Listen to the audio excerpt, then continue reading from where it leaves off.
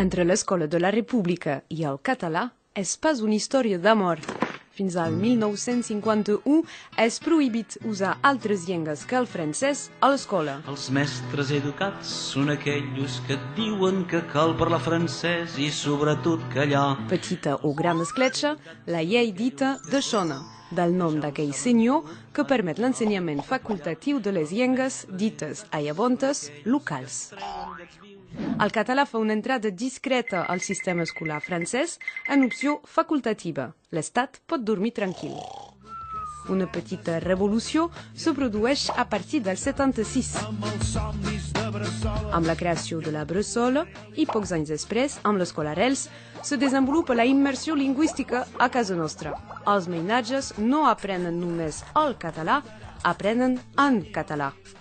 Al sistema públic, des del 92, també existeixen les fileres bilingües, on els nins i les nines estudien meitat del temps en francès i l'altra meitat en català.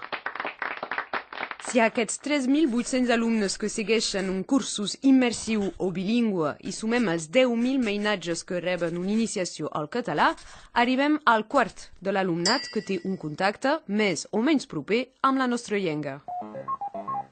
A casa nostra, el 80% de la població se diu favorable a l'ensenyament del català.